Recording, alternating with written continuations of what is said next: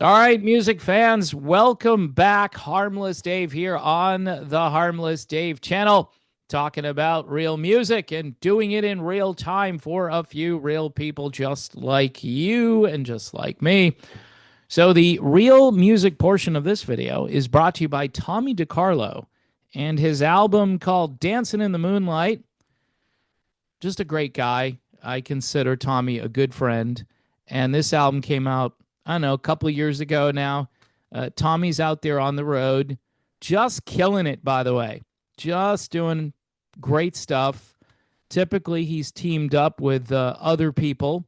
And if you have a chance to see Tommy, you won't be disappointed. And one of the few nice people in the music business. And there is speculation about a possible Boston reunion, maybe next year. Again, these are just rumors, so nothing has been confirmed, but there are rumblings. Let's put it that way. There are rumblings that there could be a Boston reunion, which of course means that maybe Tommy DiCarlo will be going on tour with Boston.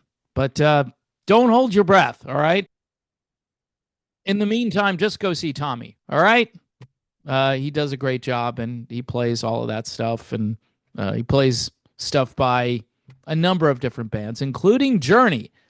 I know he's a huge Steve Perry fan. Now, let's talk about Steve Perry clickbait, shall we? I get accused a lot of doing Steve Perry clickbait. If you put Steve Perry in the title, which I did the other day about the Howard Stern thing, because I remembered that Steve Perry used to call Howard Stern Big Bird. All right. So I thought it was a good title. Now, you do a little Googling, right? Rocking Out, Steve Perry Tour 2025 announced. Now, this is fake news. This is really fake news. Look at here. All of these things on the side here. I think New Kids on the Block is legitimate. There are some things that are out there that are actually happening. But read this first paragraph. Say you're a super hopeful and somewhat naive fan of Steve Perry. Exciting news for all music enthusiasts and Steve Perry fans, as the legendary artist has recently announced his highly anticipated tour for 2025. We are more than halfway through 2025. So I'm wondering when Steve is going to go out there and tour.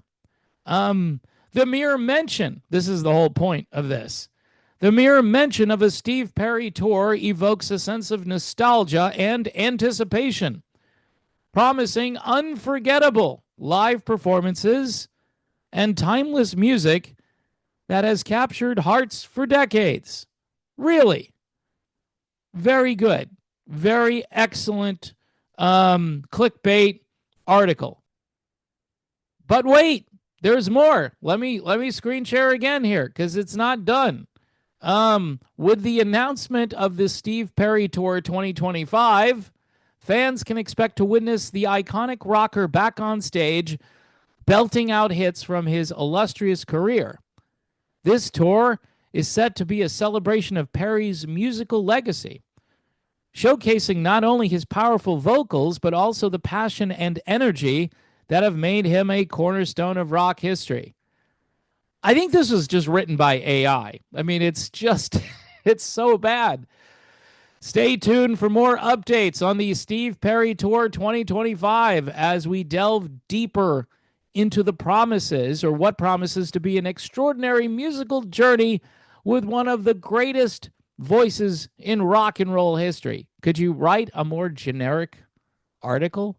And then they have a tweet from Steve Perry from November 5th, 2022. When I was the singer in Journey, we sold out 5 nights at the LA Forum. It's funny. Steve Perry acts like when I was the singer, like people didn't know that. All he had to say was Journey sold out 5 nights at the LA Forum. Harry Styles sold out 15 nights. Truly amazing. Congrats, Harry. Yeah, Harry Styles was like a big deal for like a year or two. He was. He was also in that band called One Direction because all of their hair, I guess, went in one direction. It's a bad joke, but anyway, I'm throwing out the dad jokes today. So yeah, I look, people who accuse me of Steve Perry clickbait, come on, man. There are a whole channels, articles out here that are just floating around Steve Perry 2025 tour. As I've said, I'm thinking that Steve Perry is really happy not touring. He's really happy not being in Journey.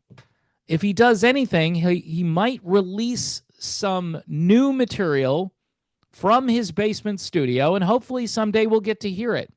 Hopefully it's not another Christmas redo of something he's already done or adding one or two songs. I mean, he could trickle out these songs for another 10 years and people will eat it up. The people who are totally obsessed with Steve Perry. But man, this is how rumors get started. And this is such a bad looking website. I'll put the link to this so people could see all their other amazing clickbait articles, AI generated stuff, which is so generic. And you could just take out the name Steve Perry and put in some other person that hasn't been on tour for a while, and that would probably work as well. What I know for sure is this guy is on tour, all right, constantly, and he works hard, and he's a good person. You don't meet a lot of people in the music business that are truly humble and decent and don't think too highly of themselves, who understand that, look, I'm here because of someone else. In this case, Tommy DiCarlo sounds a bit like Brad Delp. Not exactly, but close, man. Very close. And he's also talented in his own right. He writes great songs. He likes all the music that I like. So that's why I like Tommy DiCarlo. And he looks the part too now. I mean, he's got all the, the facial hair now, and he looks like a rock star because he is one, and he's a good guy. So check out music by Tommy DiCarlo. He's got 2 albums, one with the band DiCarlo, which is still just basically him and, his son and some other really good musicians. And this one here called Dancing in the Moonlight, autographed copy, by the way. Yeah, because I'm important. I'm special. That's what I was told when I was a little kid. You're special. I've been special for a long time. Thanks for watching. God bless everyone. Remember, here's the proselytizing people hate. Jesus is the reason for every season. So go out there and remember, if Jesus doesn't exist, we're all kind of screwed.